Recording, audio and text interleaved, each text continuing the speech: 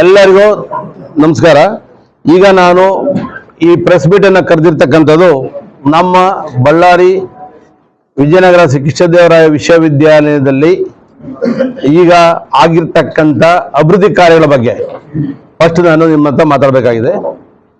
ಈ ವಿಶ್ವವಿದ್ಯಾನಿಲಯಕ್ಕೆ ನಾನು ಕುಲಪತಿ ಬಂದ ನಂತರ ವಿಶ್ವವಿದ್ಯಾಲಯದಲ್ಲಿ ಸುಮಾರು ಪ್ರಾಬ್ಲಮ್ಗಳಿದ್ವು, ಹಾಸ್ಟೆಲ್ ಪ್ರಾಬ್ಲಮ್ಸ್ ಇದ್ವು. ಮಕ್ಕಳು ಅಲ್ಲಿಂದ ಈ ಕ್ಯಾಂಪಸ್ ಬರಬೇಕಾದ್ರೆ ಸುಮಾರು 1.25 ಕಿಲೋಮೀಟರ್ ನಡ್ಕೊಂಡು ಬರ್ಬೇಕಾಯ್ತು ಬಿಸಿಲಲ್ಲಿ. ಅದನ್ನ ಮನಗಂಡು ಒಂದು CSR ಫಂಡಲ್ಲಿ 2 ಬಗ್ಗೀಸ್ಗಳನ್ನ ಬಿಟ್ಟಿದ್ದೀನಿ. ಯಾಕಂದ್ರೆ ಹೆಣ್ಣು ಮಕ್ಕಳು ಆ ಕಡೆಯಿಂದ ಬಂದು ಡಿಪಾರ್ಟ್ಮೆಂಟ್ಗೆ ಹೋಗಕ್ಕಾಗಲ್ಲ ಅಂತ ಅಂದ್ಬಿಟ್ಟು 2 ಬಗ್ಗೀಸನ್ನ ಬಿಟ್ಟಿದ್ದೀನಿ. ಆಮೇಲೆ ಮಕ್ಕಳಿಗೆ ಇಲ್ಲಿನ ಕ್ಯಾಂಟೀನ್ ಸೌಕರ್ಯ ಇಲ್ಲ. ಮಕ್ಕಳಿಗೆ ಊಟ ಮಾಡೋಕ್ಕೆ, ಮಧ್ಯಾಹ್ನ ಊಟ ಮಾಡೋದಕ್ಕೆ ಅವರಿಗೆ ಬಹಳ ತೊಂದರೆ ಆಗ್ತಾ ಇತ್ತು. ಅದರಿಂದ ಇಲ್ಲಿ ನಮ್ಮ ರಿಜಿಸ್ಟ್ರಾರ್ ವ್ಯಾಲ್ಯೂಯೇಷನ್ ಪಕ್ಕದಲ್ಲಿ ಒಂದು ಕ್ಯಾಂಟೀನ್ ಅನ್ನ ಅಭಿವೃದ್ಧಿಪಡಿಸಿದ್ದೀನಿ. ಆಮೇಲೆ ಮಕ್ಕಳಿಗೆ, ಹೆಣ್ಮಕ್ಳಿಗೆ ಮತ್ತು ಗಂಡು ಮಕ್ಕಳಿಗೆ ಜಿಮ್ಗಳನ್ನ 2 ಜಿಮ್ಮನ್ನ ಹಾಕ್ಸಿದ್ದೀನಿ. ಮತ್ತೆ KMRC ಇಂದ ನಮಗೆ 23 ಕೋಟಿ ದುಡ್ಡು ಬಂದಿದೆ. ಆ ದುಡ್ಡಿನಿಂದ KMRC ಮುಖಾಂತರನೇ ನಮಗೆ 3 ಬಿಲ್ಡಿಂಗ್ ಅನ್ನ, ಒಂದು ಮಲ್ಟಿ ಯುಟಿಲಿಟಿ ಬಿಲ್ಡಿಂಗ್. ಬಿಲ್ಡಿಂಗ್ ಅಂದ್ರೆ ಅಲ್ಲಿ ಬ್ಯಾಂಕು, ಮತ್ತೆ ಹಾಸ್ಪಿಟಲು, ಮತ್ತೆ ಮಕ್ಕಳಿಗೆ ಜೆರಾಕ್ಸ್ ಮಿಷಿನು, ಮತ್ತೆ ಮಕ್ಕಳಿಗೆ ಏನಾದರೂ ಸ್ನ್ಯಾಕ್ಸ್ ಬೇಕಾದ್ರೆ ಹೋಗಿ ತಗೊಳ್ಳೋಂಥ ಇದನ್ನ ಮಕ್ಕಳಿಗೆ ಅಲ್ಲೇ ಮತ್ತೆ ಬ್ಯಾಂಕು ಮತ್ತು ಒಂದು ATM ಈ ಸೌಕರ್ಯ ಸಿಕ್ಕಲಿ ಅಂತ ಅಂದ್ಬಿಟ್ಟು ಒಂದು ಮಲ್ಟಿ ಯುಟಿಲಿಟಿ ಕಾಂಪ್ಲೆಕ್ಸ್ ಅಂತ ಬಿಲ್ಡಿಂಗ್ ಅಂತ ಒಂದನ್ನ ಕಟ್ಟಿದ್ದೀನಿ, ಬರ್ತಾ ಇದೆ. ಆಮೇಲೆ 2ನೇದು ಸೋಷಿಯಲ್ ಸೈನ್ಸ್ ಬ್ಲಾಕ್. ಇಲ್ಲಿ ಸೋಷಿಯಲ್ ಸೈನ್ಸ್ಗೆ ಡಿಪಾರ್ಟ್ಮೆಂಟ್ ಇಲ್ಲ, ಅದರಿಂದ ಅಲ್ಲಿ ಒಂದು ಬಿಲ್ಡಿಂಗ್ ಅನ್ನ ಸೋಷಿಯಲ್ ಸೈನ್ಸ್ ಬ್ಲಾಕ್ ಅಂತ ಒಂದು ಬಿಲ್ಡಿಂಗ್ ಮಾಡ್ತಾ ಇದ್ದೀನಿ. ಮತ್ತೆ computer science and mathematics block ಅಂತ ಒಂದು ಬಿಲ್ಡಿಂಗ್ ಬರ್ತಾ ಇದೆ. ಇದು 3 ಬಿಲ್ಡಿಂಗು KMRC ಇಂದ ಬಂದಿರತಕ್ಕಂಥ ಹಣದಿಂದ ಕಟ್ತಾ ಇದ್ದೀನಿ. ಮತ್ತೆ KMRC ನಲ್ಲಿ ಮತ್ತೆ 1,88,00,000 ರೂಪಾಯಿ ಬಂದಿದೆ. ಅದು ನಮ್ಮ ಕ್ಯಾಂಪಸ್ ಅಲ್ಲಿ ರೋಡ್ ಇಲ್ಲ, ತಮಗೆಲ್ಲ ಗೊತ್ತಿದೆ. ಓಡಾಡ್ತಾ ಇದ್ರೆ ನೆಲದ ಮೇಲೆ ಇದು ಅರ್ಧ ಅಡಿ ಕೆಳಗಡೆ ಹೋಗುತ್ತೆ ಕಾಲುಗಳು. ಅದಕ್ಕಿಂತ ರೋಡನ್ನು ಮಾಡಿಸೋದಕ್ಕಾಗಿ ಆ ರೋಡ್ ಈಗ BT ರೋಡ್ ಸ್ಟಾರ್ಟ್ ಆಗ್ತಾ ಇದೆ. ಇದು ನನ್ನ ಈಗ. ಆಮೇಲೆ ಘನವಿತ್ತ ರಾಜ್ಯಪಾಲರು 42 ಕೋಟಿ ದುಡ್ಡನ್ನು ಕೊಟ್ಟಿದ್ದಾರೆ. ಅದರ ರೂಪರೇಷೆಗಳನ್ನ ಎಲ್ಲಿ ಏನೇನು ಮಾಡಬೇಕು, ಎಂಟೈರ್ ಕ್ಯಾಂಪಸ್ ಸೋಲಾರ್ ಸಿಸ್ಟಮ್ ಆದರೆ ನಮಗೆ 1 ವರ್ಷಕ್ಕೆ ಅಟ್ಲೀಸ್ಟ್ 36 ಲಕ್ಷದಿಂದ 40 ಲಕ್ಷ ರೂಪಾಯಿ ದುಡ್ಡು ಉಳಿತದೆ, ಕಂಪ್ಲೀಟ್ ಸೋಲಾರ್. ಈ ದುಡ್ಡು ಯಾರಿಗೆ ಬರುತ್ತೆ ಅಂದ್ರೆ ನಮ್ಮ ವಿಶ್ವವಿದ್ಯಾಲಯ ಉಳಿತದೆ. 36 ಲಕ್ಷ ರೂಪಾಯಿ ನಮ್ಮ ವಿಶ್ವವಿದ್ಯಾಲಯಕ್ಕೆ ಉಳಿತದೆ, ನಾವೇನು ಕಟ್ಟಂಗಿರಲ್ಲ. ಮತ್ತು ಎಕ್ಸೆಸ್ ಪ್ರೊಡ್ಯೂಸ್ ಆದರೆ ನಾವು ಬೆಸ್ಕಾಂಗೆ ಅದನ್ನ ಸೇಲ್ ಮಾಡಬಹುದು. ಮತ್ತೆ ಎಲ್ಲಾ ಕ್ಲಾಸ್ ರೂಮ್ಗಳನ್ನು, ನಿಯರ್ಲಿ 42 ಕ್ಲಾಸ್ ರೂಮ್ಗಳು ಫಸ್ಟ್ ಇನ್ನ ಕರ್ನಾಟಕದಲ್ಲಿ, ಅದು ಹೈದರಾಬಾದ್ ಕರ್ನಾಟಕದಲ್ಲಿ ನಮ್ಮ ವಿಶ್ವವಿದ್ಯಾನಿಲಯದಲ್ಲಿ ಸ್ಮಾರ್ಟ್ ಕ್ಲಾಸ್ ರೂಮ್ಸ್, ಮಕ್ಕಳಿಗೆ ವಿತ್ AC ಮತ್ತು ಆಡಿಯೋ ವಿಡಿಯೋ. ಮಕ್ಕಳು ಇವತ್ತು ಯಾರೋ ಕ್ಲಾಸ್ಗೆ ಬಂದಿಲ್ಲ ಅಂದ್ರೆ ಅದು ರೆಕಾರ್ಡ್ ಇರ್ತದೆ, ನಾಳೆ ಬೆಳಗ್ಗೆ ಬಂದು ರೆಕಾರ್ಡ್ ಹಾಕಿ ಕೇಳಬೇಕಾಗಿದೆ ಅದನ್ನು. ಮತ್ತೆ ಒಂದು ಒಳ್ಳೆ ಶುಚಿತವಾದ ಒಂದು ಆಡಿಟೋರಿಯಂ ಅನ್ನು ಮಾಡಬೇಕು ಅಂತ ಪ್ರಯತ್ನಪಟ್ಟಿದ್ದೀನಿ. ಅದು ಕೂಡ ಆಗ್ತಾ ಇದೆ. ಈಗೆಲ್ಲ ಆನ್ ದಿ ಪೈಪ್ಲೈನ್ಸ್ ಅನ್ನೋದ್ರ ಒಂದು 6 ತಿಂಗಳಲ್ಲಿ ಈ ಕೆಲಸ ಆಗಬೇಕು ಅಂತ ಹೊಂದಿದೆ. ಮತ್ತೆ ನನ್ನ ಒಂದು ಹೊಸ ಈಗ ನ್ಯೂ ಏಜ್ ಏರಿಯಾಸ್, ಮೊನ್ನೆ ನಮ್ಮ ಬೆಂಗಳೂರಲ್ಲಿ 15-16 ನಮ್ಮ ಘನವಿತ್ತ ವಿದ್ಯಾಮಂತ್ರಿಗಳಿಂದ ಡಾಕ್ಟರ್ MC ಸುಧಾಕರ್ ಅವರ ನೇತೃತ್ವದಲ್ಲಿ ಕ್ಯಾಂಪಸ್ ಟು ಕ್ಯಾರಿಯರ್ ಅಂತ ಒಂದು ಪ್ರೋಗ್ರಾಮ್ ಆಯಿತು. ಆ ಪ್ರೋಗ್ರಾಮ್ನಲ್ಲಿ ನೋಡಿದಾಗ ಅಲ್ಲಿ ಯಾವುದೇ ಒಂದು BA, BSc, BCom, MA, MSc, MCom ಇಟ್ಕೊಂಡಿಲ್ಲ. Everything skill based, employable based, employ creators, seekers ಇಲ್ಲ ಅಲ್ಲಿ. ಎಂಪ್ಲಾಯ್ ಕ್ರಿಯೇಟರ್ಸ್ನ ಕ್ರಿಯೇಟ್ ಮಾಡಕ್ಕಂಥ ಒಂದು ಒಳ್ಳೆ ಸೆಮಿನಾರ್ ನಡೆಯಿತು. ಸುಮಾರು 15 ಸೆಷನ್ನು ಒಳ್ಳೊಳ್ಳೆ ಇಂಡಸ್ಟ್ರಿ ಕಡೆಯಿಂದ ಒಳ್ಳೊಳ್ಳೆ ಎಜುಕೇಷನ್ ಬಂದು ಮಾತಾಡಿದ್ದಾರೆ. ಅದರ ಪ್ರಕಾರ ಅದನ್ನು ನಾನು ಫಸ್ಟ್ ನನ್ನ ಒಂದು ಪ್ರಿಯಾರಿಟಿ, ನನ್ನ ಟೆನ್ಯೂರ್ನಲ್ಲಿ ಅಟ್ಲೀಸ್ಟ್ ಅದರಲ್ಲಿ ಒಂದು 30% ಆದರೂ ಈ ಹೈದರಾಬಾದ್ ಕರ್ನಾಟಕ ಮಕ್ಕಳಿಗೆ ಕೊಡಬೇಕು ಅಂತ ನನ್ನ ಅನಿಸಿಕೆ. ಆದರೆ ಅದಕ್ಕಾಗಿಯೇ ನಾನು ಈ ವರ್ಷ ಹೊಸ ಕೋರ್ಸ್ಗಳನ್ನು, ನ್ಯೂ ಏಜ್ ಕೋರ್ಸ್ಗಳನ್ನು ಕೊಟ್ಟಿದ್ದೀನಿ.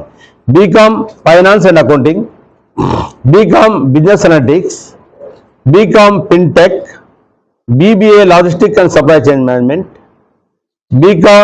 BBA logistic supply chain management, BBA entrepreneurship. ಕೊಡ್ತೀನಿ, ಕಾಪಿ ಕೊಡ್ತಿರೋದು. BSc food technology, BSc psychology, MSc physics in medical physics ಅಂತ ಮಾಡ್ತಾ ಇದ್ದೀನಿ. ಯಾಕಂದ್ರೆ ಮೆಡಿಕಲ್ ಫಿಸಿಕ್ಸ್ ಸರ್ ಏನು ಸರ್, ಮೆಡಿಕಲ್ ಫಿಸಿಕ್ಸ್ ಅಂದ್ರೆ ಏನು ಸರ್ ಅಂತ ನೀವು ನನ್ನ ಕೇಳ್ಬೋದು. ಮೆಡಿಕಲ್ ಫಿಸಿಕ್ಸ್ ಅಂದ್ರೆ ರೇಡಿಯಾಲಜಿ. ಇದು ಏನಾಗಿ ರೇಡಿಯಾಲಜಿ ಏನಾಗ್ತದೆ ಇವತ್ತು, ಏನಾಗ್ತದೆ ಕ್ಯಾನ್ಸರ್ ಬಂದಿರೋ ಪೇಷಂಟ್ಗೆ ನೀವು ಇದು ಕೊಡ್ಬೇಕು, ರೇಡಿಯೋ ಥೆರಪಿ ಮಾಡಬೇಕು.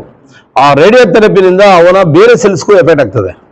ಈ ಮೆಡಿಕಲ್ ಫಿಸಿಕ್ಸ್ ಅಂತ ಮಾಡಿದ್ರೆ ಹುಡುಗ, ಅವನು ಡೈರೆಕ್ಟ್ ಆಗಿ ಅದರ ಟ್ರೈನಿಂಗ್ ಆದರೆ 4 ವರ್ಷ ಟ್ರೈನಿಂಗ್ ಆದರೆ ಆ ಹುಡುಗ ಡೈರೆಕ್ಟ್ ಆಗಿ ಎಲ್ಲಿ ಕ್ಯಾನ್ಸರ್ ಎಫೆಕ್ಟ್ ಆಗಿದೆಯೋ ಆ ಎಫೆಕ್ಟ್ ಏರಿಯಾಗೆ ನಾವು ಇಂಜೆಕ್ಷನ್ ಕೊಡ್ತಾನೆ. ಅವಾಗ ಬೇರೆ ಸೆಲ್ಸ್ ಏನು ಎಫೆಕ್ಟ್ ಆಗಲ್ಲ ಅನ್ನೋ ಒಂದು ಕಾನ್ಸೆಪ್ಟ್ ಮೇಲೆ ಇದು ನಾರ್ತಲ್ಲಿ 3 ಕಡೆ ಇದೆ. ಇನ್ನು ಆಮೇಲೆ ಇಲ್ಲಿ ಮಂಗಳೂರಲ್ಲಿ ಸ್ಟಾರ್ಟ್ ಆಗಿದೆ. ಈಗ ನಾವು ಅದನ್ನು ನಮ್ಮ ಬಳ್ಳಾರಿ ಯೂನಿವರ್ಸಿಟಿಯಲ್ಲಿ ಸ್ಟಾರ್ಟ್ ಮಾಡಬೇಕು ಅಂತ ಒಂದು ಇಂಟೆನ್ಷನ್ ಇದೆ. ಇದು ನನ್ನ ಒಂದು ಕನಸು. ಈಗ ಮತ್ತೆ ನಾನು ಸರ್ಕಾರದಲ್ಲಿ ಸುಮಾರು 80 ಕೋಟಿಗಳಷ್ಟು ದುಡ್ಡನ್ನು ಕೇಳಿದ್ದೀನಿ. ಯಾಕಂದರೆ ನಮಗೆ ಫೀಲ್ಡ್ ಇಲ್ಲ ಮಕ್ಕಳಿಗೆ. ನಿಮಗೆಲ್ಲ ಗೊತ್ತಿದೆ, ಯಾರೇ ಒಂದು ಆಟ ಆಡಬೇಕು, ಒಂದು ಸ್ವಿಮ್ಮಿಂಗ್ ಪೂಲ್ ಇಲ್ಲ, ಒಂದು ಕಬಡ್ಡಿ ಇದಿಲ್ಲ, ಒಂದು ರನ್ನಿಂಗ್ ರೇಸ್ ಇಲ್ಲ, ಏನಿಲ್ಲ. ಅದಕ್ಕಾಗಿ ಸರ್ಕಾರದಿಂದ ಹೋಗಿ ಸರ್ಕಾರದಲ್ಲಿ ಹೊಡೆದಾಡಿ ಈಗ ಅದು ಮೋಸ್ಟ್ಲಿ ನಮಗೆ ಆಗ್ಬೋದು ಅನ್ಕೊಂಡಿದ್ದೀನಿ. ಅದೊಂದು ಬಂದರೆ ನಮ್ಮ ಸುಚಿತವಾದ ಒಂದು ಕ್ರೀಡಾಂಗಣವನ್ನು ಮಾಡಬೇಕು ಅಂತ ಒಂದು ಇಂಟೆನ್ಷನ್ ಇದೆ ನನಗೆ. ಇದೆಲ್ಲ ಯಾಕೆ ಬರ್ತಾ ಇದೆ ಅಂದರೆ, ಇದೆಲ್ಲ because of KKRDB, DMF, KMRC ನಮಗೆ ಅನುಕೂಲ ಆಗ್ತಾ ಇದೆ. ಆದರೆ ಈ ಅನುಕೂಲಗಳನ್ನು ಪಡ್ಕೊಂಡಾಗ ನಾನು ಮೊದಲಿನ ಮುಂಚೂಣಿಯಲ್ಲಿ ಕೆಲಸ ಮಾಡ್ತಾ ಇದ್ದೀನಿ. ಯಾಕಂದರೆ ಈ ಹೈದರಾಬಾದ್ ಕರ್ನಾಟಕದಲ್ಲಿ ಹೆಚ್ಚಿನ ವಿದ್ಯಾಭ್ಯಾಸಗಳು ಮಕ್ಕಳಿಗೆ ಕೆಲಸ ಸಿಕ್ಕದಂಥ ಕೆಲಸಗಳು ಆಗ್ತಾ ಇಲ್ಲ. ಅದಕ್ಕೆ ನನ್ನ ಒಂದು ಈಗ ನಿಮ್ಮ ಕಮ್ಯುನಿಕೇಶನ್, ನಿಮ್ಮ ಫ್ರೆಂಡ್ಸ್ ಸುಮಾರು ಜನ ಕೇಳಿದ್ರು, ಸರ್ ಒಂದು ಸರಿಯಾದ ಸ್ಟುಡಿಯೋ ಇಲ್ಲ, ಯಾರು ಬರ್ತಾರೆ ಮಕ್ಕಳು ಓದಕ್ಕೆ, ಒಂದು ಕ್ಯಾಮ್ರಾ ಇಲ್ಲ. ಈಗ ಅದಕ್ಕೆ ಮನೆ ಒಂದು 4.5 ಲಕ್ಷ ರೂಪಾಯಿ ಖರ್ಚು ಮಾಡಿ ಒಂದು ಕ್ಯಾಮ್ರಾ, ಒಂದು ಡ್ರೋನ್ ಎಲ್ಲ ಕೊಡಿಸಿದ್ದೀನಿ ಅವ್ರಿಗೆ. ಏನೋ ಕಮ್ಯುನಿಕೇಶನ್ ಜರ್ನಲಿಸಮ್ ಪಾಠ ಮಾಡೋರು ಕೂಡ ಇಲ್ಲ. ಅಲ್ಲಲ್ಲ, ನೀವು ಹೇಳ್ತಕ್ಕಂಥ ನಾವು ಅಕ್ಸೆಪ್ಟೆಡ್. ಬಟ್ ಏನಾಗಿದೆ ಅಲ್ಲಿ ಪಾಠಗಳು ಕರೆಕ್ಟಾಗಿ ನಡೀತಾ ಇಲ್ಲ ಮಕ್ಕಳಿಗೆ. ಈಗ ನಾವು ಈಗೇನು ಮಾಡರ್ನ್ ಥಿಂಗ್ನಲ್ಲಿ ನಮ್ಮ ಮಕ್ಕಳಿಗೆ ಈಗ ಕೂಡ ನಾವು ಏನು ಬೆಂಗಳೂರಿಗೆ ಹೋದಾಗ, ಬೆಂಗಳೂರಲ್ಲಿ ಒಂದು ಜರ್ನಲಿಸಮ್ ಡಿಪಾರ್ಟ್ಮೆಂಟ್ನಲ್ಲಿ ಅವ್ರಿಗೆ ಹೈ ಕ್ವಾಲಿಟಿಯಲ್ಲಿ ಬಂದು ನಮ್ಗೆ ಏನಿಲ್ಲ ಹೋದಾಗ ಅವ್ನು ಸೆಲೆಕ್ಷನ್ ಹೆಂಗಾಗ್ತಾನೆ, ಅವನು ಸೆಲೆಕ್ಷನ್ ಆಗಲ್ಲ.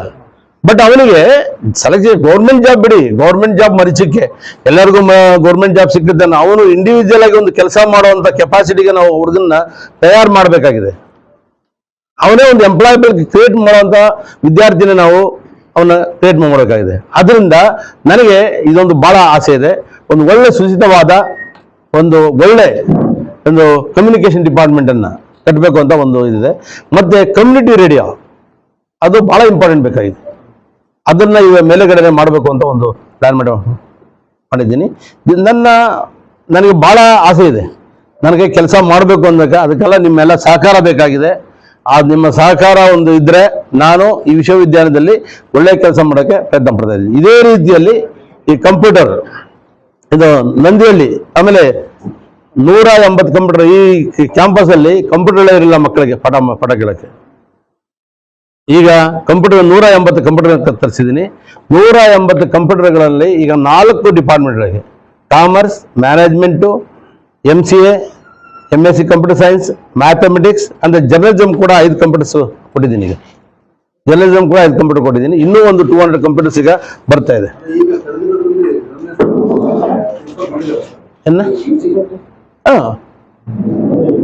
ಅಲ್ಲ UG ಇನ್ನೂ ಮಾಡಲ್ಲ. ಈಗ ಮಾಡಿರೋ ಕೋರ್ಸ್ ಸ್ಟೂಡೆಂಟ್ ಬಂದರೆ ಸಾಕು ನನಗೀಗ.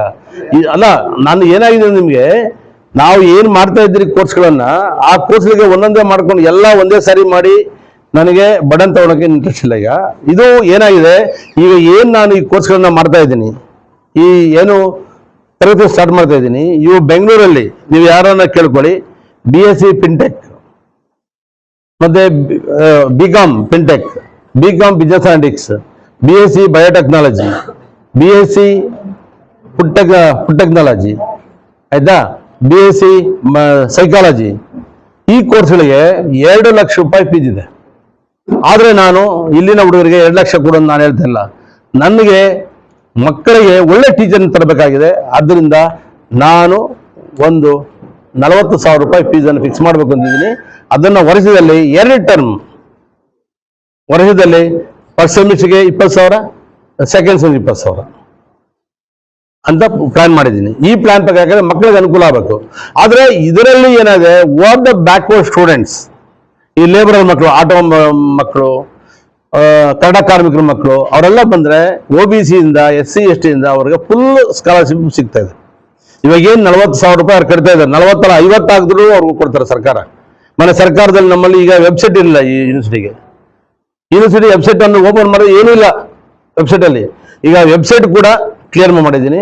ವೆಬ್ಸೈಟಲ್ಲಿ ಎಲ್ಲ ವಿಷಯ ಏನು, ಸ್ಕಾಲರ್ಶಿಪ್ಗೆ ಎಲ್ಲ ಅಪ್ಲೈ ಮಾಡಬೇಕು, ಸ್ಕಾಲರ್ಶಿಪ್ ಎಲ್ಲಿ ಸಿಗಬೇಕು, ಎಲ್ಲದರ ಬಗ್ಗೆನೂ ಕೊಟ್ಟಿದ್ದೀನಿ. ಈಗೆಲ್ಲ ಬರ್ತಾ ಇದೆ ಅದನ್ನು.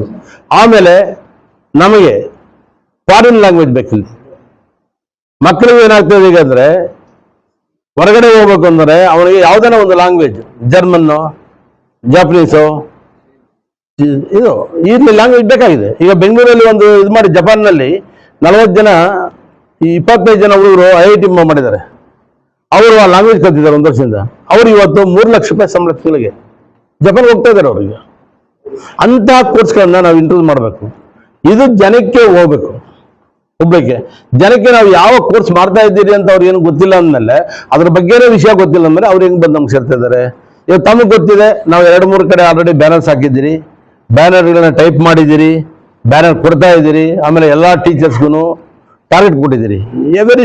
Every teacher you can fix the 5 ಸ್ಟೂಡೆಂಟ್ನ ಮಾಡಿ ನಿಮ್ಮ ಯೂನಿವರ್ಸಿಟಿನ ಡೆವಲಪ್ಮೆಂಟ್ ಮಾಡಿ ಅಂತ ಹೇಳ್ತಾ ಇದ್ದೀನಿ. ಮತ್ತೆ ಫಾರಿನ್ ಲ್ಯಾಂಗ್ವೇಜ್ ಏನಾಗಿದೆ ಭಾಳ ಇಂಪಾರ್ಟೆಂಟ್. ಈಗ ಫೈನಾನ್ಷಿಯಲ್ ಅನಾಲಿಟಿಕ್ಸ್ ಅಂತ ಬರ್ತಾ ಇದೆ. ನಿಮಗೆ 1.8 ಮಿಲಿಯನ್ ಜಾಬ್ಸ್ ಇದೆ ಇವತ್ತು. ನೆನ್ನೆ ಅವರ CEO ಮಾತಾಡಿದ್ರು, sir you can require for 1.8 million jobs is there on finance analytics. ಆದರೆ ಇಲ್ಲಿ ನಮ್ಮ ಹೈದರಾಬಾದ್ ಕರ್ನಾಟಕ ಮಕ್ಕಳಿಗೆ ಏನು ಸಿಗ್ತಾ ಇಲ್ಲ, ಯಾವುದೇ ರೀತಿಯ ಸೌಲಭ್ಯ ಸಿಗ್ತಾ ಇಲ್ಲ. ಆದ್ದರಿಂದ ಈ ಥರ ಒಳ್ಳೆ ಕೋರ್ಸ್ಗಳನ್ನ ನಾನು ಕೊಡಬೇಕು ಅಂತ ನನಗೆ ಭಾಳ ಆಸೆ ಆಗಿದೆ. ಮತ್ತೆ ಈಗ ನಮಗೆ NMDC ಅವರು ಮುಖಾಂತರ ನಮ್ಮ DC ಸಾಹೇಬರು, ಜಿಲ್ಲಾಧಿಕಾರಿಗಳು 1.5 ಕೋರ್ಸ್ ಏನಾಗಿದೆ, ನಮಗೆ SC ST ಮಕ್ಕಳಿಗೆ ಅಡುಗೆ ಮಾಡೋದಕ್ಕೆ ಭಾಳ ತೊಂದರೆ ಆಗಿದೆ. ಅಡುಗೆ ಮಾಡಿದ್ ಮಾಡೋಣ ಅಂತ ಅದಕ್ಕೇನು ಮಾಡಿದ್ದೀನಿ, ಒಂದೇ ಸೂರಿನಡಿ ಎಲ್ಲ ಮಕ್ಕಳಿಗೂ ಒಂದೇ ಕಡೆ ಊಟ ಕೊಡೋದಕ್ಕೆ ಒಂದು ಡೈನಿಂಗ್ ಹಾಲನ್ನು ಕಟ್ತಾ ಇದ್ದೀನಿ. ಅವ್ರ ಮುಖಾಂತರ NMDC ಅವರೇ ಕಳಿಸ್ಕೊಡ್ತಾ ಇದ್ದಾರೆ. ಯಾಕಂದರೆ ಅದರಲ್ಲಿ ಒಂದು ಕಡೆ ಹೆಣ್ಣು ಮಕ್ಕಳು, ಒಂದು ಕಡೆ ಗಂಡು ಮಕ್ಕಳು ಊಟ ಮಾಡೋವಂಥದ್ರಲ್ಲಿ ಆಲ್ರೆಡಿ DC ಅವರು ಸ್ಯಾಂಕ್ಷನ್ ಮಾಡಿದ್ದಾರೆ.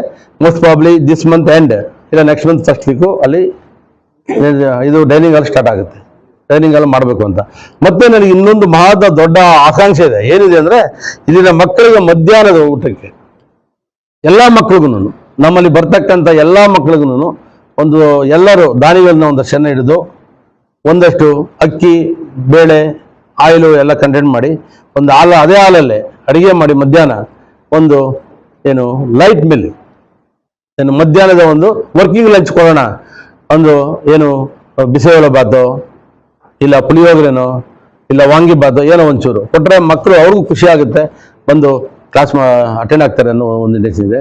ಆಮೇಲೆ 3ನೇ ವಿಷಯ, ನಮ್ಮ ಅಂಬೇಡ್ಕರ್, ಡಾಕ್ಟರ್ ಬಾಬಾ ಸಾಹೇಬ್ ಅಂಬೇಡ್ಕರ್ ಅವರ ಹೆಸರಿನಲ್ಲಿ ಒಂದು ಸ್ಟಡಿ ಸೆಂಟರನ್ನ ಓಪನ್ ಮಾಡಿ ಅಲ್ಲಿ ಒಂದು 50 ಕಂಪ್ಯೂಟರ್ಗಳನ್ನು ಹಾಕಿ ಎಲ್ಲ ಮಕ್ಕಳಿಗೂ, ಯಾರ್ಯಾರು ಮಕ್ಕಳು ಬರ್ತಾರೋ ಅವ್ರಿಗೆ IAS, KS, civil service exams ಇದ್ರ ಬಗ್ಗೆ ಒಂದು ಕೋಚಿಂಗ್ ಕ್ಲಾಸಸ್ಸನ್ನು ಸ್ಟಾರ್ಟ್ ಮಾಡಬೇಕು ಅಂತ ಅದು ಕೂಡ ನನ್ನ ಮನಸ್ಸಲ್ಲಿದೆ.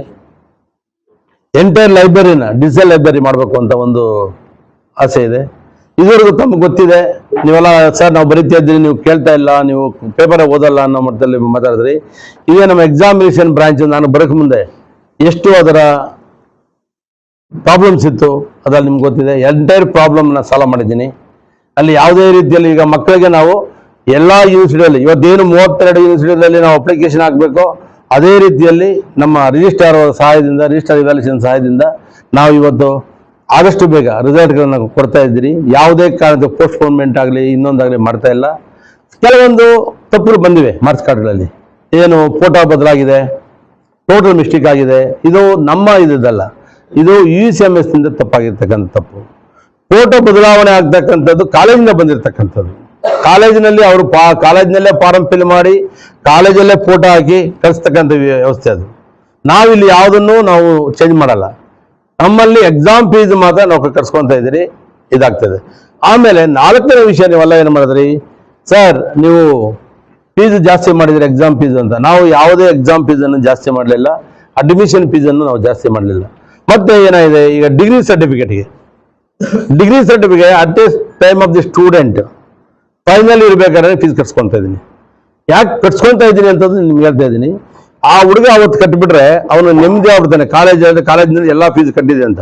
ಅವನು ಯಾವಾಗ ಬೇಕಾದ್ರೂ ಕಾಲೇಜ್ಗೆ ಹೋಗಿ ಡಿಗ್ರಿ ಸರ್ಟಿಫಿಕೇಟ್ ತೊಗೊಬೋದು ಕಾನ್ವೊಕೇಶನ್ ಆದ ತಕ್ಷಣ. ಅದೇನಿದೆ ಆನ್ಲೈನಲ್ಲಿ ಬಂದಿರ್ತದೆ. ಆನ್ಲೈನಲ್ಲಿ ಕಾನ್ವೊಕೇಶನ್ ಆದ ತಕ್ಷಣ ಕಾನ್ವೊಕೇಶನ್ ಸರ್ಟಿಫಿಕೇಟ್ ಪ್ರಿಂಟ್ ಆಗುತ್ತೆ, ಸೈನ್ ಆಗುತ್ತೆ, ಕಾಲೇಜ್ಗೆ ಹೊರಟ್ಬಿಡ್ತದೆ. ಕಾಲೇಜಲ್ಲಿ ಇರ್ತದೆ, ಹುಡುಗ ಯಾವಾಗ ಬೇಕಾದ್ರೆ ಕಾಲೇಜಲ್ಲಿ ತೊಗೊಬೋದು. ಇಲ್ಲ ಅಂದರೆ ಅವನು ಕಟ್ಟಿರಲ್ಲ, ಫೀಸ್ ಕಟ್ಟಿರಲ್ಲ. ಯಾಕೆ ಬರ್ತಾನೆ, 4 ವರ್ಷ 5 ವರ್ಷ ಆಗಿರ್ತದೆ. ಆವಾಗ ಇಲ್ಲಿ ಫೈನ್ ಇದೆ, ಏನು 15,000 ಇದೆ, 10,000 ಆಗ್ತದೆ, 20,000. ಅವನೇನು ಗೋಳಾಡ್ಕೊಂಡ್ಬರ್ತಾನೆ ಹತ್ರ. ಸರ್ 15,000 ಸರ್ ಕಟ್ಟಕ್ಕಾಗಲ್ಲ ಸರ್, 10,000 ಸರ್ ಕಟ್ಟಕ್ಕಾಗಲ್ಲ ಸರ್ ಅಂತ ಆತ ಬರ್ತಾನೆ. ಅದು ಆಮೇಲೆ ನಿಮ್ಮ ಪ್ರಶ್ನೆ ಗೊತ್ತಾಗ್ತಾರೆ. ಸೊ ಇವರು ಯೂನಿವರ್ಸಿಟಿ ಅವರು 10,000 ತಗೊಂತಾರಂತೆ, 15,000 ತಗೊಂತಾರಂತೆ. This are things is coming. ಅದಕ್ಕೆ ಏನು ಮಾಡಿದ್ದೀನಿ, ಇವಾಗ ಏನು ಫೀಸ್ ಇದೆಯೋ 3,500 ರೂಪಾಯಿ ಅವ್ರಿಗೆ ಕಟ್ಟಿಬಿಟ್ರೆ ಅವನಿಗೆ ಡೈರೆಕ್ಟ್ ಆಗಿ ಕಾನ್ವೊಕೇಶನ್ ಆದ 1.5 ತಿಂಗಳಲ್ಲಿ ಆನ್ಲೈನಲ್ಲಿ ಈಗ ಅಲ್ಲೇನಪ್ಪ, ಈಗ ಆನ್ಲೈನ್ ಇದೆಯಾ, ಈಗ ಆನ್ಲೈನ್ ಇದೆ. ಈಗ ಕಾನ್ವೊಕೇಶನ್ ಆದ ತಕ್ಷಣ 2 ತಿಂಗಳಲ್ಲಿ ಎಂಟೈರ್ ಮಾರ್ಕ್ಸ್ ಕಾರ್ಡು ಪ್ರಿಂಟು ಹುಡುಗಿ ಹೊಡೆಬಿಡುತ್ತದೆ. ಇನ್ನೊಂದು ನಮ್ಮ ಇಂಟೆನ್ಷನ್ ಇನ್ನೊಂದೇನಿದೆ, ಎಂಟೈರ್ ಎಕ್ಸಾಮಿನೇಷನ್ನ ಡಿಜಿಟಲ್ ವ್ಯಾಲ್ಯೂಯೇಷನ್ ಮಾಡಬೇಕು ಅಂತಿದ್ದೀನಿ, ಕಂಪ್ಯೂಟರೈಸೇಷನ್ ಮಾಡಬೇಕು ಅಂತ ಒಂದು ಇಂಟೆನ್ಷನ್ ಇದೆ. ಈಗ ಮಕ್ಕಳಿಗೆ ಅವ್ರು ಎಲ್ಲಿದ್ರೆ ಅಲ್ಲೇ ಅವರು ಎಕ್ಸಾಮ್ ಇದು ಮಾಡ್ಬೋದು. ಇನ್ನೂ ಅದಕ್ಕಿಂತ ಇನ್ನೊಂದು ವಿಷಯ ಇದೆ. ಅವರು ಮಕ್ಕಳು ಕಾಲೇಜಿನಲ್ಲಿ ಬರೆದ ತಕ್ಷಣ ಅವರು AI ಏನು ಸ್ಟೂಡೆಂಟ್ಗೆ ಏನು ರಿಸಲ್ಟ್ ಕೂಡ ಬರೋ ಮಟ್ಟದಲ್ಲಿದೆ. ಈಗ ಇವೆಲ್ಲ ಮಾಡಬೇಕು ಅಂತ ನನಗೆ ಭಾಳ ಆಸೆ ಇದೆ. ಬಟ್ ಎಷ್ಟು ಮಟ್ಟಿಗೆ ಈಗ AI ಲ್ಯಾಬ್ ಮಾಡಬೇಕು, ದೊಡ್ಡದಾಗ ಒಂದು AI ಲ್ಯಾಬ್ ಒಂದು ಮಾಡಿದ್ರೆ ಇಲ್ಲಿನ ಮಕ್ಕಳಿಗೆ, ಎಲ್ಲ ಮಕ್ಕಳಿಗೂ AI ಅಂದರೆ ಏನೋ ಅಂತ ಗೊತ್ತಿಲ್ಲ, ಆರ್ಟಿಫಿಷಿಯಲ್ ಇಂಟೆಲಿಜೆನ್ಸ್ ಅಂದರೆ ಏನೋ ಗೊತ್ತಿಲ್ಲ. ಇವತ್ತು ಮೆಡಿಕಲ್ ಲೈನ್ ಇರ್ಬೋದು, ಇಂಜಿನಿಯರಿಂಗ್ ಲೈನ್ ಇರ್ಬೋದು, ಯಾವುದೇ ಲೈನ್ ಹೋದ್ರೆ AI ನೀವು ಕೇಳಿದ ತಕ್ಷಣ ಈ can give the introduce the message for your self. ಇಷ್ಟೆಲ್ಲ ಡೆವಲಪ್ಮೆಂಟ್ಗಳು ವಿಶ್ವವಿದ್ಯಾಲಯದಲ್ಲಿ ಈ ಕ್ಯಾಂಪಸ್ಸಲ್ಲಿ ಆಗ್ತಾ ಇದೆ. ಈಗ ನಾವು ನಮ್ಮ ಫಂಡ್ ಇದೆ, ನಮ್ಮ ಫಂಡ್ ಏನು ಸ್ವಲ್ಪ ಇದೆ, ಅದನ್ನು ಏನು ಮಾಡಿದ್ದೀನಿ, ಅದನ್ನು ನಾನು ಇಲ್ಲಿ ಯೂಸ್ ಮಾಡ್ತಾ ಇಲ್ಲ. ವಿಶ್ವವಿದ್ಯಾಲಯದಲ್ಲಿ ಬರ್ತಕ್ಕಂಥ ಮಕ್ಕಳ ದುಡ್ಡನ್ನು ನಾನು ಯಾವುದೋ ಒಂದು ಪೈಸನ್ನು ಯೂಸ್ ಮಾಡಲಿಲ್ಲ. ಏನೀಗ KKRDB KMRC ಇದೆ, ಅಲ್ಲಿಂದ ಫಂಡನ್ನು ತಂದು ಅದರಿಂದ ವಿಶ್ವವಿದ್ಯಾಲಯದ ಡೆವಲಪ್ಮೆಂಟ್ ಮಾಡ್ತಾ ಇದ್ದೀನಿ. ನಮ್ಮಲ್ಲಿ ಇರ್ತಕ್ಕಂಥ ದುಡ್ಡಲ್ಲಿ ಈಗ ಟೀಚರ್ಸ್ಗೆ ಮುಂದೆ ಫ್ಯೂಚರಲ್ಲಿ ಮತ್ತು future development of the university ಇದಕ್ಕೆ 65 ಕೋಟಿಗಳನ್ನು ಫಿಕ್ಸೆಡ್ ಡಿಪಾಸಿಟ್ ಮಾಡಿಸಿದ್ದೀನಿ. ಯಾಕಂದರೆ ನಾಳೆ ಮುಂದೆ ಫ್ಯೂಚರಲ್ಲಿ ಎಲ್ಲ ದುಡ್ಡನ್ನು ಬಂದು ಯಾವುದೋ ಒಬ್ಬ ವಯಸ್ಸಲ್ಲಿ ಬಂದ ಖರ್ಚು ಮಾಡ್ದ ಹೊರಟು ಬಿಟ್ಟ ಅನ್ನೋ ಮಟ್ಟಕ್ಕೆ ನಾನು ಹೋಗಲಿಲ್ಲ.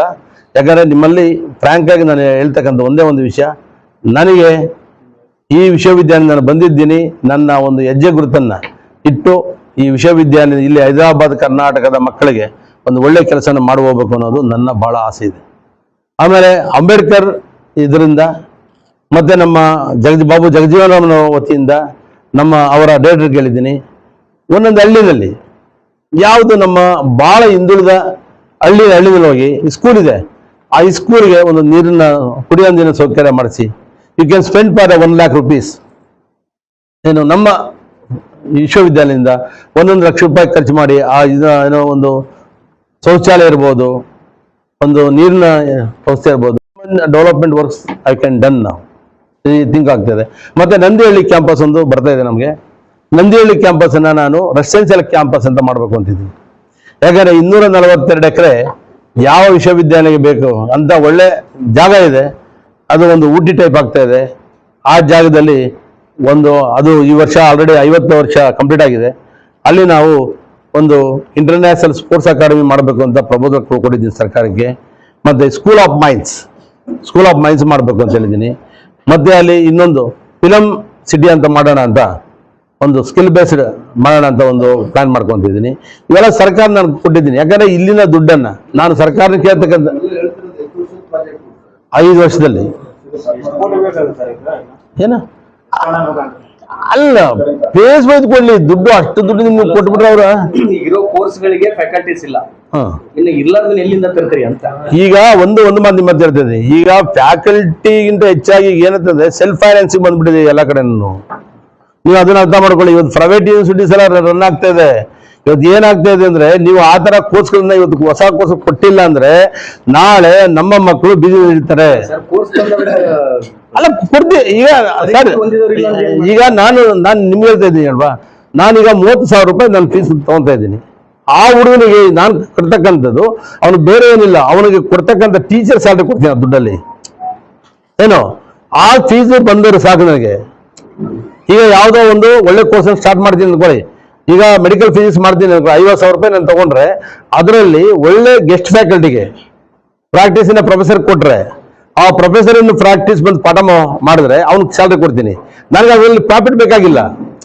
ಯಾಕಂದ್ರೆ ನನಗೆ ಇನ್ಫ್ರಾಸ್ಟ್ರಕ್ಚರ್ಗೆ ಎವ್ರಿಥಿಂಗ್ ಇಸ್ ಗೌರ್ಮೆಂಟ್ ಕೊಟ್ಟಿರ್ತದೆ. ಯಾಕಂದ್ರೆ ನೀವು ಹೇಳ್ತಾ ಇದ್ರಿ ಸರ್, ಎಲ್ಲ ಚೆನ್ನಾಗಿದೆ ಹೇಳಕ್ಕ. ಆಮೇಲೆ ಊಟದ ವ್ಯವಸ್ಥೆ ಮಾಡ್ತಾರೆ ಅಂತ ಹೇಳಿದ್ರಿ ಸರ್. ಇರೋ ಹಾಸ್ಟೆಲ್ಗಳಲ್ಲಿ ಸರಿಯಾಗಿ ಊಟ ಕೊಡ್ತಿಲ್ಲ. ಒಂದೇ ಒಂದು ಮಾತು ಅಲ್ಲ ಹೇಳಿ. ಇರೋ ಹಾಸ್ಟೆಲ್ಗಳಲ್ಲಿ ಸರಿಯಾಗಿ ಊಟ ಕೊಡ್ತಿಲ್ಲ, ವಿದ್ಯಾರ್ಥಿಗಳು ದಿನ ಪ್ರೊಟೆಸ್ಟ್ ಮಾಡ್ತಾರೆ. ಅಲ್ಲಿ ನೀವು ಸಮಸ್ಯೆ ಬಗೆಹರಿಸಕ್ ಆಗ್ತಲ್ಲ, ಇನ್ನು ಊಟ ಕೊಡ್ತೀವಿ ಅಂತ ಹೇಳ್ತೀರಿ. ಇರೋ ಫ್ಯಾಕಲ್ಟೀಸ್ ಇಲ್ಲ, ಇನ್ನು ಹೊಸ ಕೋರ್ಸ್ ತರ್ತೀವಿ ಅಂತ ಹೇಳ್ತೀರಿ. ಈಗ ನೀವೇನ್ ಹೇಳ್ತಾ ಇದ್ರಿ, ಇರೋ ಹಾಸ್ಟೆಲಲ್ಲಿ ಊಟ ಇಲ್ಲ ಅಂತ ತಾವು ಹೇಳ್ತಾ ಇದ್ದೀರಿ. ಊಟ ಇಲ್ಲ ಅಂತ, ಊಟ ಸರಿಯಾಗಿ ಕೊಡ್ತಾ ಇಲ್ಲ ಸರ್. ಅಲ್ಲ ಅದಕ್ಕೆ ನಾನು ಇವಾಗ ಬೇಕಾದ್ರೆ ನಾನು ಊಟ ಏನೇನು ಕೊಡಬೇಕು ಅಂತ ನಾನು ಪ್ಲಾನ್ ಮಾಡಿದ್ದೀನಿ. ನನಗೆ ಏನಾಗಿದೆ, ಇಲ್ಲಿ ಟೆಂಡರ್ ಕರಿಬೇಕು ಅಂತ ಒಬ್ರು ಅಂತಾರೆ, ಆಡಿಟ್ ಅಬ್ಜೆಕ್ಷನ್ಸ್. ಇನ್ನೊಬ್ರಂತ ಟೆಂಡರ್ ಕರಿಬೇಕು ಅಂತ ಹೇಳ್ತಾ ಇದ್ದಾರೆ. ನಮ್ಮ ಸ್ಟಾಫ್ಗಳು ಇದರಿಂದ ಗೌರ್ಮೆಂಟ್ ಇಂದನೂ ಪ್ರಾಬ್ಲಮ್ ಇದೆ. ಅದಕ್ಕೆ ಕೇಳೋಣ ಕೇಳಿ. ಈಗ ಅದಕ್ಕೇನು ಮಾಡಿದ್ದೀನಿ, ಮೊನ್ನೆ ನನಗೆ ವಿಷಯ ಬಂದಿತ್ತು. ವಿಷಯ ಬಂದಾಗ ಈಗ ಎಂಟೈರ್ ಥಿಂಗ್ ಚೇಂಜ್ ಮಾಡ್ತಾ ಇದ್ದೀನಿ. ಈ ವಾರದಲ್ಲಿ ನಾನು ಚೇಂಜ್ ಮಾಡ್ತೀನಿ ಅದನ್ನು. ಏನು ಮಕ್ಕಳಿಗೆ ನನಗೆ ಗೊತ್ತಿದೆ, ನೀವೇನು ಹೇಳಿದ್ರಿ, ಬಿಕಾಸ್ ಆಫ್ ದಟ್ ರೀಸನ್ ನಾನು ಎಲ್ಲರಿಗೂ ಒಂದೇ ಕಡೆ ಊಟ ಕೂಡ ನಾನು ಪ್ಲಾನ್ ಮಾಡೋದು. ಈಗ ಒಂದೇ ಕಡೆ ಊಟ ಕೊಟ್ಟಾಗ ಏನಾಗುತ್ತೆ, ಒಂದೇ ಕಡೆ ನಮಗೆ ಎಲ್ಲ ಎಕ್ಸ್ಪೆಂಡಿಚರ್ ಓವರ್ ಹೆಡ್ಸು ಉಳಿತದೆ. ಈಗ ಎಲ್ಲಾನು ಏನಾಗಿದೆ, ಒಂದು ಹಾಲಲ್ಲಿ ಒಂದೇ ಕಡೆ ಊಟ ಮಾಡೋದ್ರಿಂದ ನಾವು 25 kg ಅಕ್ಕಿ ಬೇಯ್ತಕ್ಕಂಥ ಒಂದು ಬಾಯ್ಲರ್ನ ಅಳವಡಿಸ್ತೀರಿ. ಮತ್ತೆ ಸಾಂಬಾರು ಮಾಡೋದಕ್ಕೆ ಮೆಷಿನು, ಚಪಾತಿ ಮಾಡೋ ಮೆಷಿನು ಎಲ್ಲ ಒಂದೇ ಕಡೆ ಇಟ್ಟಾಗ ನಮಗೆ ಓವರ್ ಹೆಡ್ ಬಹಳ ಕಡಿಮೆ ಆಗುತ್ತೆ. ಒಂದೇ ಕಡೆ ಆಗ್ತಾರೆ. ಮಧ್ಯಾಹ್ನ ಊಟ ರಾತ್ರಿ ಊಟ ಹೆಂಗ್ ಮಾಡ್ತಾರೆ ಯಾರಿಗೆ? ಒಂದು ಹೊತ್ತಿನ ಊಟ ಅಂತ ಹೇಳಿದ್ರು ಸರ್. ಇಲ್ಲ ಅದು ಯಾರಿಗೆ, ಎಂಟೈರ್ ಸ್ಟೂಡೆಂಟ್ ನಲ್ಲಿ ಯಾರು ನಾನ್ ಸ್ಕಾಲರ್ಸ್ ಇದ್ದಾರೆ, ನಾನ್ ಹಾಸ್ಟೆಲ್ ಪರ್ಸನ್ಸ್ ಇದ್ದಾರೆ, ಅವ್ರಿಗೆ ಅಷ್ಟೇ. ಡೇ ಸ್ಕಾಲರ್ಗೆ ಮಿಕ್ದರೆ ಹಾಸ್ಟೆಲ್ ಮಕ್ಕಳಿಗೆ ರಾತ್ರಿ ಊಟ ಇದ್ದಿರ್ತದೆ, ಅವ್ರದ್ದು separate. That is A separate, this is A separate. ಮಧ್ಯಾಹ್ನ ಊಟ ನಾವೇನು ಕೊಡ್ತಾ ಇದ್ದೀರಿ, ಆ ಊಟವನ್ನ ನಾವೇನ್ ಮಾಡ್ತಿದ್ವಿ, ಈ ತರ ದಾರಿಗಳಿಂದ ಕಲೆಕ್ಟ್ ಮಾಡಿದ್ದನ್ನ ನಾವು ಕೊಡ್ತಕ್ಕಂಥದ್ದು. ಅರ್ಥ ಆಯ್ತಾ? ಹಾಸ್ಟೆಲ್ ಮಕ್ಕಳಿಗೆ ಕೊಡ್ತಕ್ಕಂಥ ಬೆಳಗ್ಗೆ ಬ್ರೇಕ್ಫಾಸ್ಟ್ ಇರ್ಬೋದು, ಅವ್ರ ಕಾಫಿ ಇರ್ಬೋದು, ಅವರಿಗೆ ಮಧ್ಯಾಹ್ನ ಊಟ ಇರ್ಬೋದು, ರಾತ್ರಿ ಊಟ ಬೇಕು, ಅದೇ ದಟ್ ಇಸ್ ಸಪ್ರೇಟ್. ಅದಕ್ಕೆ ಲಿಂಕೇ ಇಲ್ಲ. ಯಾಕೆ ಮಧ್ಯಾಹ್ನದ ಊಟ ಮಾತ್ರ ಎಲ್ಲಾ ಮಕ್ಕಳಿಗೂ ನಾವು ಅನ್ಕೊಂಡಿದ್ವಿ, ಅದು ಸಕ್ಸಸ್ ಆಗ್ಬೇಕದು. ಇಲ್ಲ ಏನಿಲ್ಲ, ಅದು ನೋಡೋಣ. ಅದು ನಾವೆಲ್ಲ ಈಗ ಒಂದು ಕಮಿಟಿ ಮಾಡಿದ್ದೀನಿ.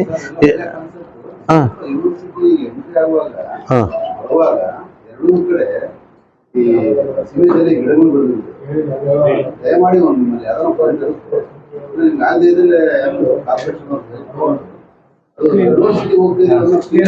ಅದೇ ಬಹಳ ಅಭಾಸ ಇದೆ. ನೀವು ದೊಡ್ಡ ದೊಡ್ಡ ಯೂನಿವರ್ಸಿಟಿಗಳು ಮೈಸೂರು, ಬೆಂಗಳೂರು ಈ ಕಡೆ ಎಲ್ಲ ಮಾನಸ ಗಂಗೋತ್ರಿ ತರ ಗಿಡಗಳಾಗ್ಲಿ ಅನ್ನೋದ ನಾವು ಅಟ್ಲೀಸ್ಟ್ ದಯವಿಟ್ಟು, ಯಾಕಂದ್ರೆ ನೀವು ಬರೋಂಥದ್ದು ಇವಾಗ ಊರಿಗೆ ಬಂದಲ್ಲ ಅದು ಇಂಪ್ರೆಷನ್ ನೀವು ಏನ್ ಹೇಳಿದ್ರಿ ಅದನ್ನ ನಾನು ಒಪ್ಕೊಂತೀನಿ. ಇದನ್ನ ಅಲ್ಲ, ಒಂದ್ ನಿಮಿಷ ಇದನ್ನ ಯಾಕೆ ಹೇಳ್ತಾ ಇದೀನಿ ಅಂದ್ರೆ, ಇಲ್ಲಿ ಪಕ್ಕದಲ್ಲಿ ಲ್ಯಾಂಡ್ ಇದೆಯಲ್ಲ, ದಾರಾ ಮಿಲ್ ಲ್ಯಾಂಡ್ಗೆ ನಾನು ಸ್ವಲ್ಪ ಟ್ರೈ ಮಾಡಿದ್ದೀನಿ. ಅದನ್ನು ನಾವು ಇಲ್ಲಿ ಹೇಳೋದು ಬೇಡ ಅಂತ ಅಷ್ಟೇ. ಆಮೇಲೆ ಹೇಳ್ತೀನಿ ನಾನು. ಹಬ್ಬ ಇಲ್ಲ ಇಲ್ಲ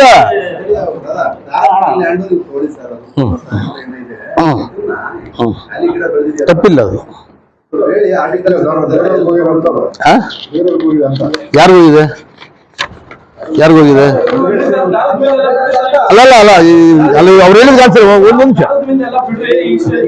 ಅಲ್ಲ ಅಲ್ಲ ಅಲ್ಲ ಇಲ್ಲಿ ಇಲ್ಲಿ ನೋಡಿ